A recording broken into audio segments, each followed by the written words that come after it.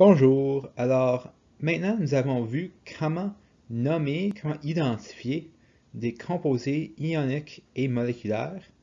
Maintenant qu'on peut les représenter, on va voir ce qui va se passer quand on mélange plusieurs composés ensemble.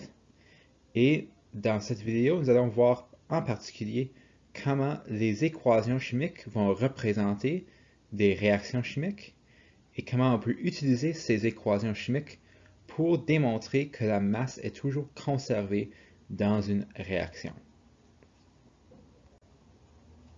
Alors, réaction chimique. Qu'est-ce que ça veut dire? Ben, c'est quand deux ou plusieurs éléments ou composés se mélangent. Et en particulier, quand ils se mélangent et ils produisent une réaction. Parce qu'on peut mélanger deux choses ensemble et ne pas avoir une réaction chimique. Et on va étudier les conditions qui sont nécessaires pour produire une réaction chimique dans ce cours, mais aussi dans les cours de chimie qui s'en viennent à l'avenir si vous décidez de les prendre. Une réaction chimique en particulier, c'est quand tu as deux éléments ou deux composés qui produisent des nouveaux éléments ou des nouveaux composés. Alors, certaines preuves qu'on a d'une réaction chimique, on peut voir ici, la formation d'un gaz, c'est un indice d'une réaction chimique. Quand il y a la formation d'un précipité ou d'un changement de couleur dans un liquide. Les odeurs, la lumière, la chaleur sont des indices des réactions chimiques.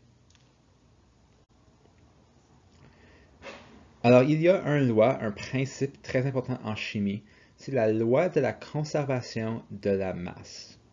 Ça nous dit que la masse totale des réactifs est égale à la masse totale des produits. Et là, nous avons des nouveaux termes de vocabulaire. Alors, les réactifs, c'est ce qui se mélange ensemble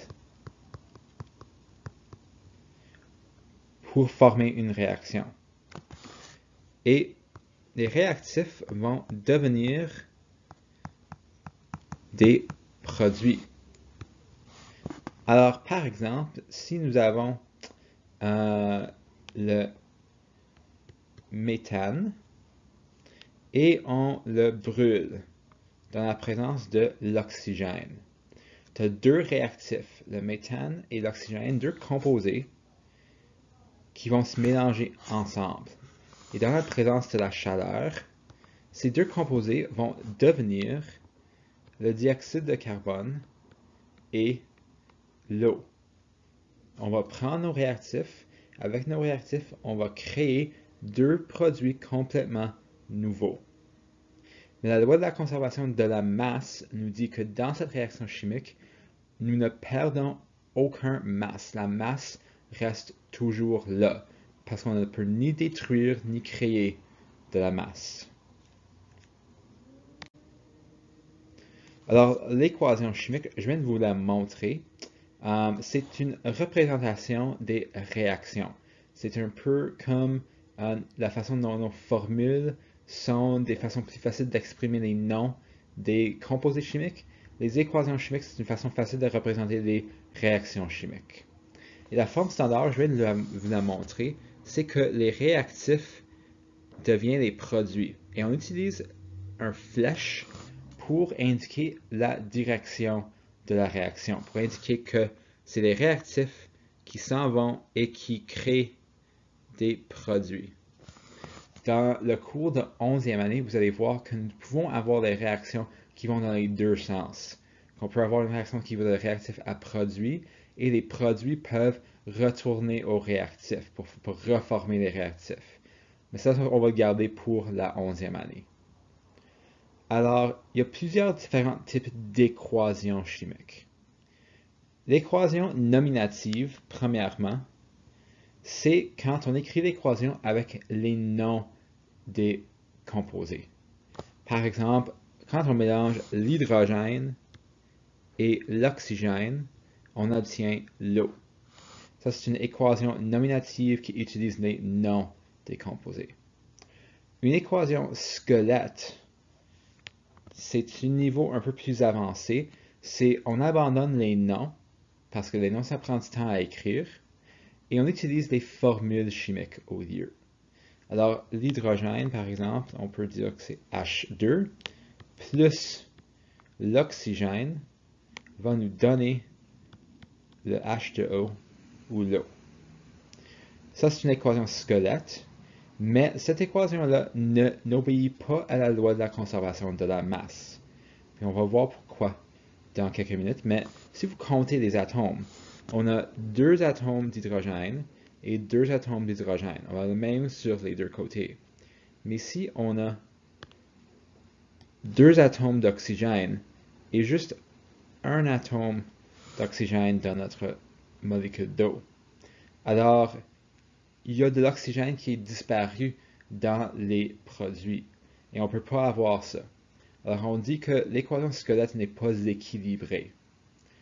Notre équation équilibrée, c'est la façon la plus correcte d'écrire une équation chimique et c'est l'équation qui représente une obéissance à la loi de la conservation de la masse. Alors pour cette même équation, on va répéter l'équation squelette, mais ce que je vais faire, c'est que je vais ajouter des coefficients pour équilibrer le montant de chaque atome qui existe sur chaque côté. Alors maintenant, j'ai 2 atomes d'hydrogène et je multiplie ça par 2 pour obtenir un total de 4 atomes d'hydrogène. Et de l'autre côté, j'ai encore 2 fois 2, 4 atomes d'hydrogène. J'ai maintenant, pour oxygène, 2 dans mes réactifs et j'ai 2 fois 1 égale 2 dans les produits. On peut voir que nous avons le même montant sur chaque côté. Ça, c'est une équation équilibrée. Bon, dans une équation équilibrée, on indique non juste les réactifs et les produits, mais aussi l'état des substances. Parce qu'on veut savoir si, par exemple, notre réactif est un solide et notre produit est devenu un liquide. Ça, c'est une information qui est très pertinente, qui peut nous aider beaucoup dans nos études de la chimie. Alors, par exemple, pour notre équation où l'hydrogène et l'oxygène devient l'eau, on pourrait indiquer que l'hydrogène, c'est une gaz, que l'oxygène, c'est une gaz, et que l'eau, c'est une liquide. Et nous avons des symboles ici à droite pour indiquer les différents états. Alors, S pour solide, L pour liquide, G pour gazeux, et AQ pour aqueuse. Qu'est-ce que ça veut dire? Ça veut dire dans l'eau. Okay? En solution aqueuse veut dire que c'est dans l'eau. Alors, si tu as un produit qui est dissous dans l'eau, on dirait que c'est en solution aqueuse.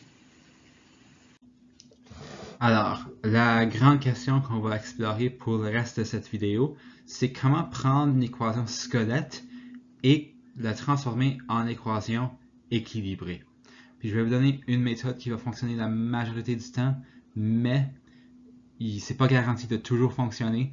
Parfois, il va falloir juste essayer et faire des erreurs et réessayer pour trouver la bonne équation équilibrée. Mais cette méthode devrait fonctionner pour la majorité des équations que vous rencontrez. Et l'exemple qu'on va utiliser, c'est l'aluminium qui réagit avec l'oxyde de cuivre pour former l'oxyde d'aluminium et le cuivre. Alors ça, c'est notre équation nominative. Première étape, on va transformer ça en équation squelette pour ensuite l'équilibrer.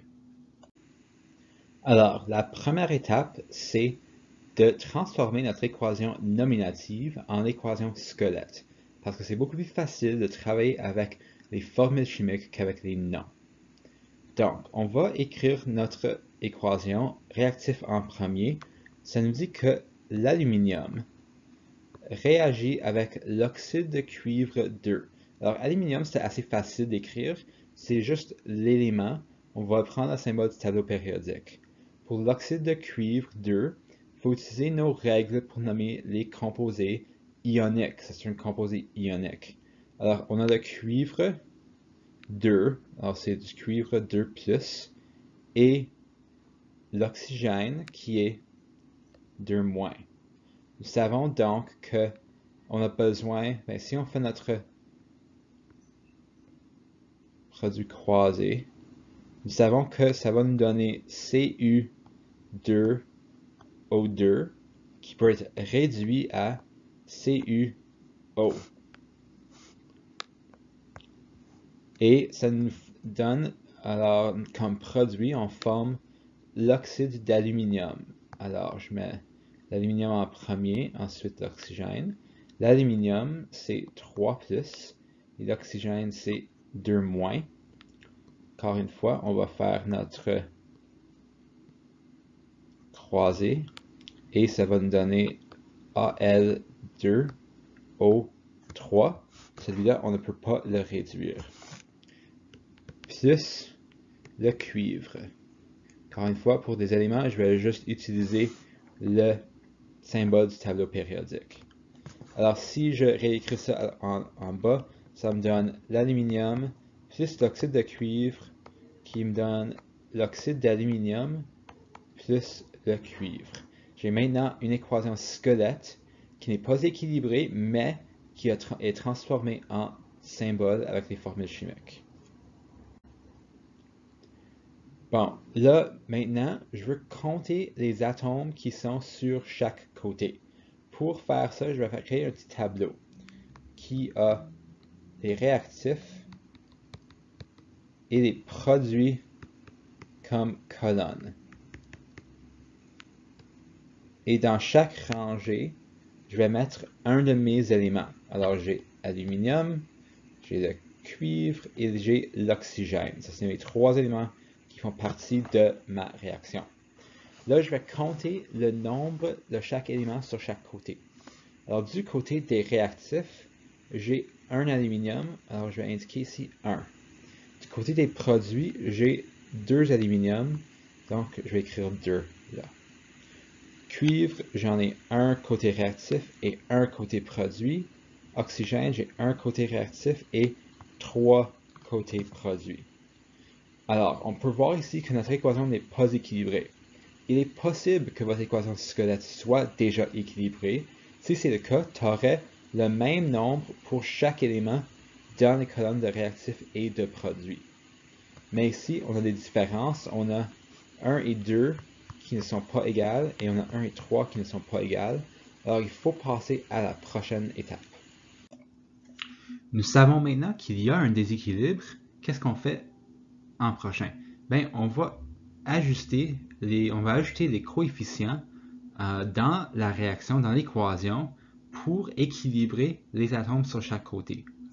Et il y a certains conseils que vous faites suivre pour savoir où ajouter des coefficients. Premièrement, quand vous écrivez vos équations, assurez-vous que les éléments qui font partie de cette chaîne, on dit en anglais, on dit ça Hofbrinkel, c'est le nom. Alors HOFBR pour brome, IN et Cl, c'est tous des éléments qui forment des molécules diatomiques. Alors par exemple, on n'écrit pas O dans une équation chimique, on dit O2. Quand on dit oxygène, c'est O2, c'est pas O. Même chose pour HF